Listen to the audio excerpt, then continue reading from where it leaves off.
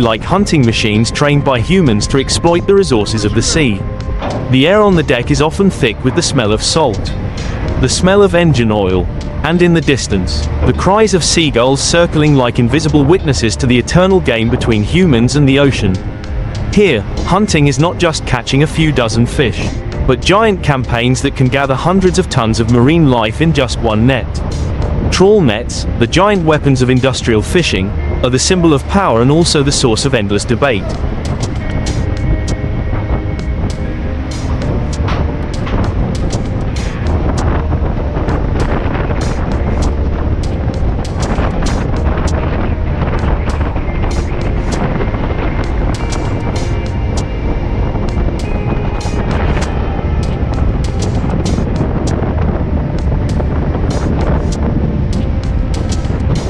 Europeans have long been famous for their fishing industry, and trawl nets have become the ultimate tool. Imagine a giant net like a door opening on the seabed. Two heavy steel doors pulled taut, pulled by a powerful ship engine, opening a space like a mobile valley on the bottom of the water. Big and small fish, from herring, mackerel to dense schools of tuna, are squeezed in that giant tunnel, and soon roll up into a giant mass of life being pulled back to the surface of the sea. When the net is pulled up on deck, the scene often makes first-time witnesses stunned. Hundreds of tons of silvery fish.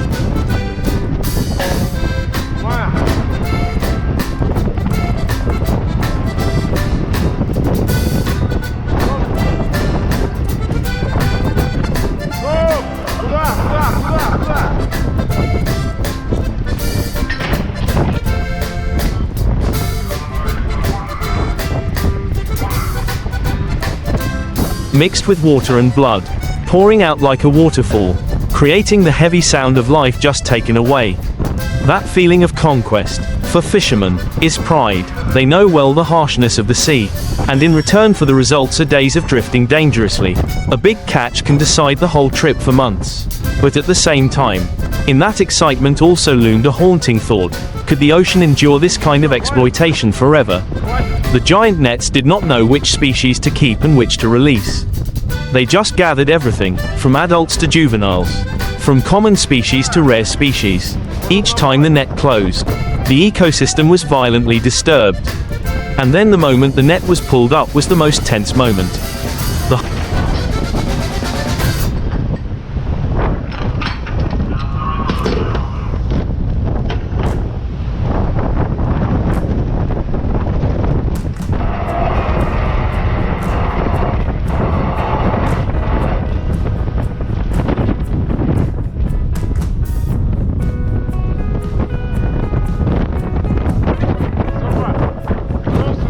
whole deck was bustling.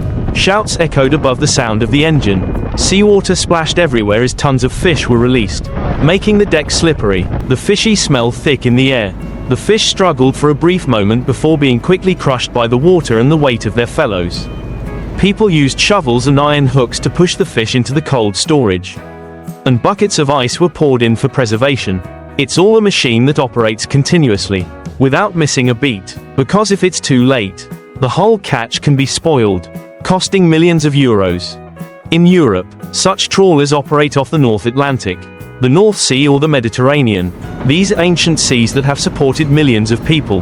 From Viking times to Portuguese and Spanish fishermen today, ports like Vigo in Spain or Boulogne-sur-Mer in France have become hubs of the seafood industry, where thousands of tons of fish are unloaded every day. The sight of ships docking with their decks full of fish is a symbol of wealth, but also a reminder of the enormous pressure humans are putting on the ocean.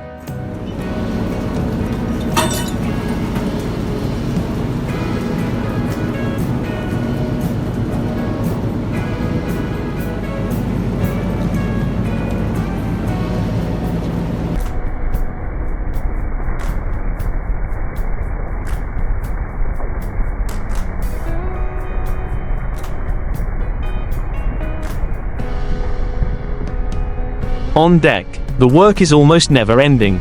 Once a catch is brought in, dozens of tons of fish must be sorted, put into the freezer, the deck cleaned, the nets checked, the cables replaced, the reels greased, and the next catch prepared. The crew rotates, often sleeping for only a few hours in the cramped room. always rocking with the waves.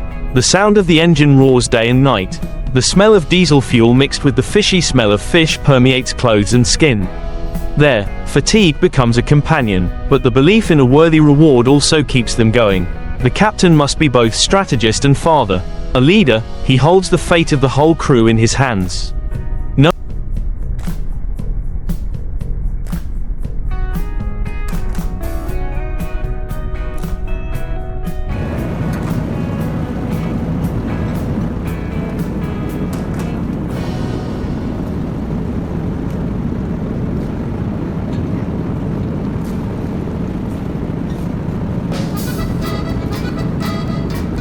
Knowing when to take risks, when to turn back, when to wait patiently.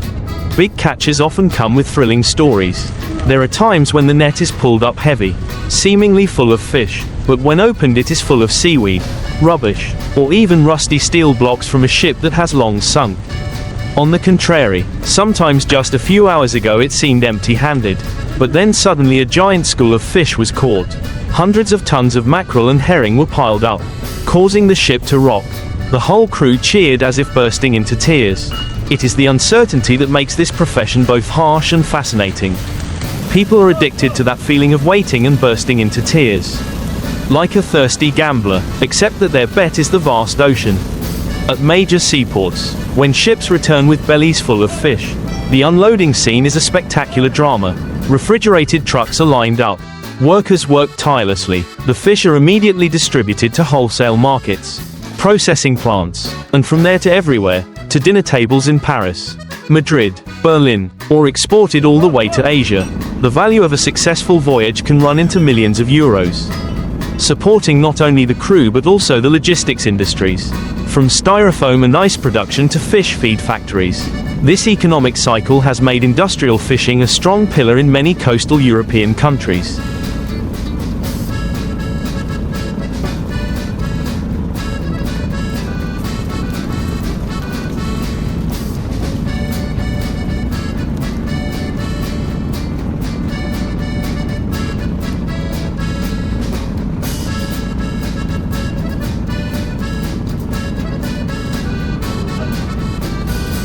But look deeper and cracks are beginning to appear. Ecologists have long warned that trawling, which scoops up everything in its path, is like a deep-sea excavator. It not only takes fish but also destroys entire habitats. Corals are crushed, sand is torn up, and seabed creatures are swept up and suffocated. Once common fish, such as cod in the North Sea, are becoming rarer, forcing the European Union to impose strict quotas to protect them. However, in reality, monitoring offshore is extremely difficult, and many vessels have secretly exceeded the quotas, because the profits are so great that the temptation becomes irresistible. The irony is that the fishermen themselves, who have been attached to the sea for generations, are both victims and perpetrators in this story. They love the sea, but they also live off of exploiting it. They understand the decline of fish stocks, but if they do not catch fish, they will have nothing to bring home to feed their families. Fishermen's protests in France, Spain or Italy have erupted. The explosion of restrictions has reflected the sharp conflict between conservation and livelihood. Some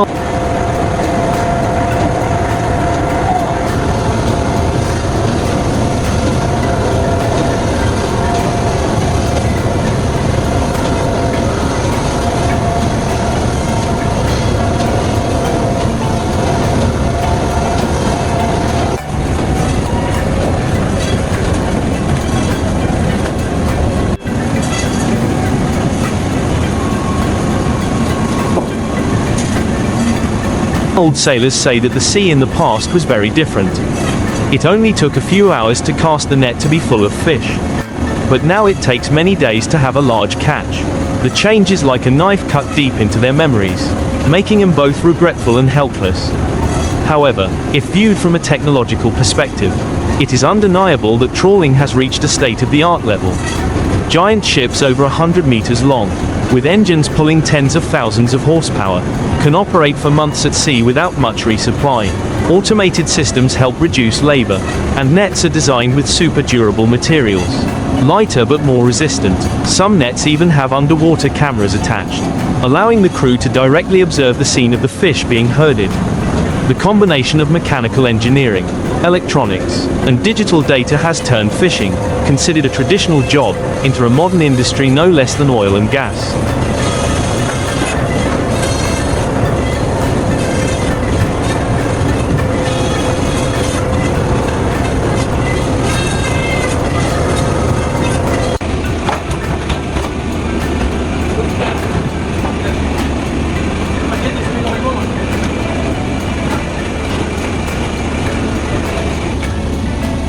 However, that modernity raises even more concerns.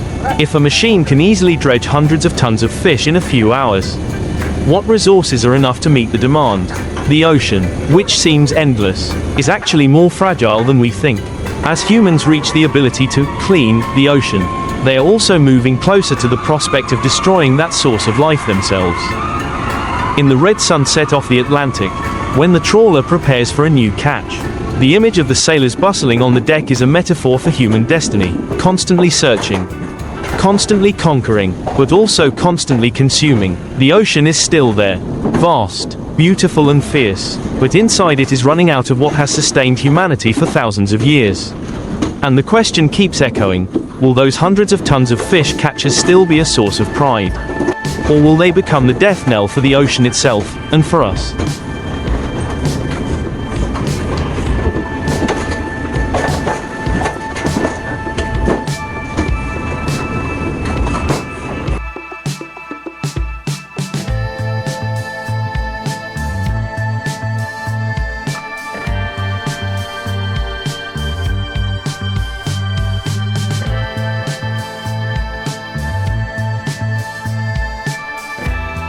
In the bitter cold of the northern seas, where the wind blows relentlessly and the waves are like giant silver mirrors smashed under the moonlight, European fishing boats still brave the waves to hunt for giant king crabs, creatures whose name alone evokes authority. A luxury delicacy coveted by the world, king crabs are not like ordinary seafood. They are large, solid, sturdy and have bright red claws like armor, carrying within them enormous economic value. It is said that a successful night with traps full of crabs can bring in an amount of money equal to a month's work in many other professions. But to get such spoils, European fishermen must accept entering a dangerous game, where cold, storms and harsh oceans always lurk to take away lives. The method of catching king crabs mainly relies on giant steel traps.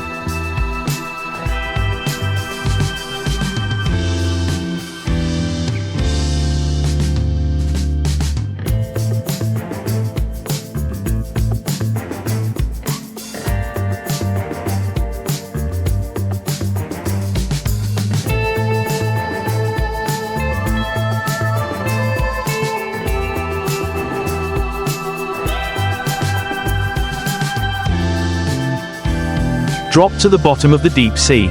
Each trap is cylindrical or box-shaped, weighs hundreds of kilograms, is covered with a strong steel mesh, and has bait inside, usually herring or mackerel cut into pieces. The strong fishy smell spreads in the current, attracting giant crabs from afar. When the crabs crawl inside to eat, they have almost no way out because the trapdoor is designed as a one-way funnel. To catch effectively, fishermen drop hundreds, even thousands of traps connected together by steel cables, marked with buoys. After a waiting period, usually from several dozen hours to several days, they return to drag each heavy trap onto the deck. That moment is the most tense and exciting. Will there be giant red crabs inside, struggling with strong steel claws, or just a few pieces of fish bones and moss? On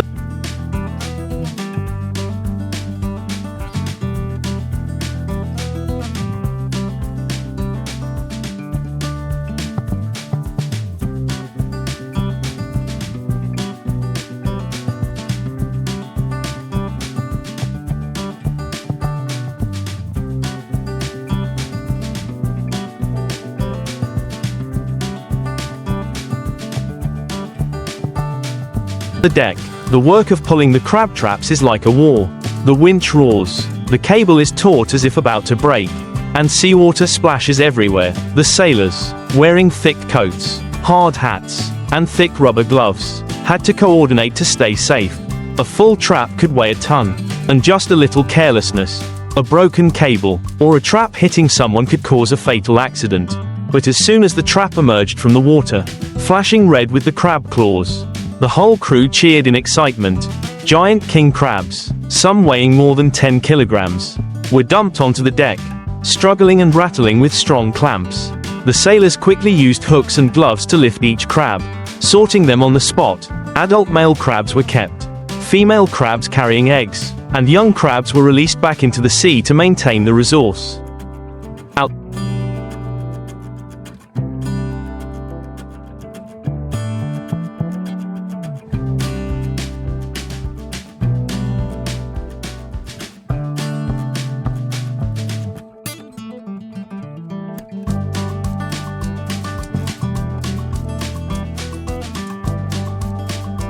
Outsiders might see this as just a normal fishing job, but in fact it is an art of survival. Fishermen have to calculate carefully where there are many crabs. How deep? What is the current? What is the water temperature? The king crab migrates seasonally, often concentrated in the cold waters of northern Europe, along the coast of Norway, Barents and the sea bordering Russia. If they miscalculate, the traps will be empty, meaning a loss of capital. But if they calculate correctly, in just a short trip, they can collect dozens of tons of crabs, bringing in huge profits. It is a combination of luck and experience that only experienced fishermen can understand. Along with the excitement comes lurking danger. The North Sea and the North Atlantic are famous for their harshness, waves tens of meters high, strong winds like hammers, ice covering the decks making every step a challenge. Many sailors have lost their lives by slipping into the cold sea, or being hit by steel cables while pulling the traps. Those tragic stories always haunt the fishing village, but cannot stop the footsteps of ships continuing to set sail. Because the value of king crab is so great, many people say it is the red gold of the ocean.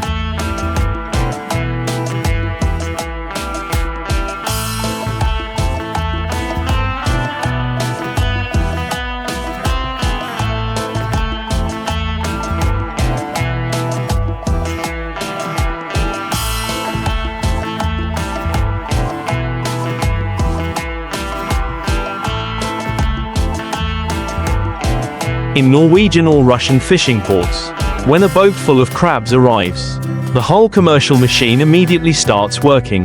The crabs are put into cold storage, packaged, and transported by plane everywhere, from luxury restaurants in Paris and London to lavish eateries in Tokyo and Shanghai. The retail price can be dozens of times higher than the purchase price at the port, making king crab a symbol of luxury. A large crab can sell for several hundred to thousands of euros. Depending on the market, it is this difference that motivates fishermen to brave the dangers to catch more, faster. From a cultural perspective, the image of fishermen tirelessly trapping king crabs also evokes many emotions. It is the bravery and resilience of humans in the face of nature.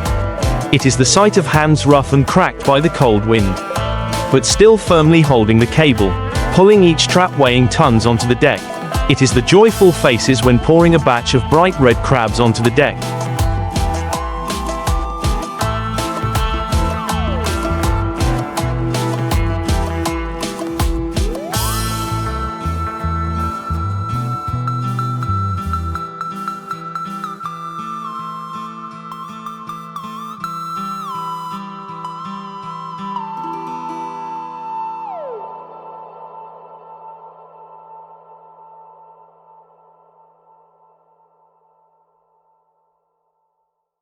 Mixed with laughter and fatigue, those moments create a picture that is both majestic and tragic, making it impossible for anyone who witnesses it to be indifferent. The appeal of the story of trapping king crabs also lies in the fact that it reflects the complex relationship between humans and the sea. The sea is both a friend and an enemy. It gives abundant resources, but is also always ready to take lives. Fishermen understand this, but still set out, because their lives, their families, and the entire coastal economy are closely tied to those giant crabs.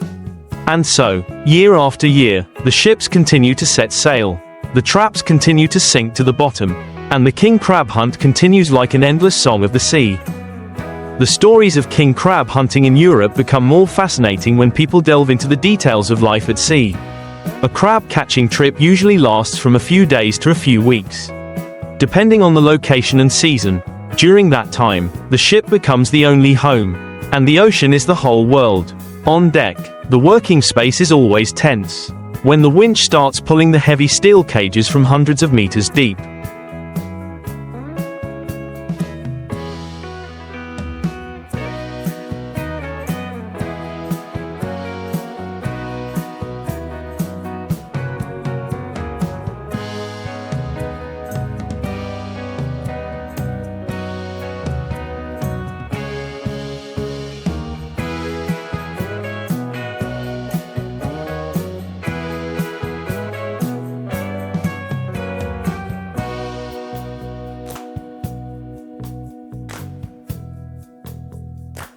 The entire crew is highly focused.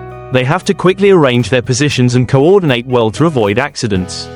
A loose rope, a trap slipping off the wet floor, all can become a tragedy in the blink of an eye. Therefore, it is said that the king crab trapping profession is not only hard work, but also a real challenge of life and death. When the trap is pulled up, the most exciting moment is when checking the results. If there are only a few small crabs inside the cage, disappointment is evident on everyone's faces. But if the cage is packed with big crabs, their bright red claws wriggling violently, the whole deck explodes with joy. Cheers echo above the sound of the waves and wind. Because each crab is money, hope, a worthy reward for hours of harsh work. People use iron hooks to pull the crabs out and place them on the sorting table.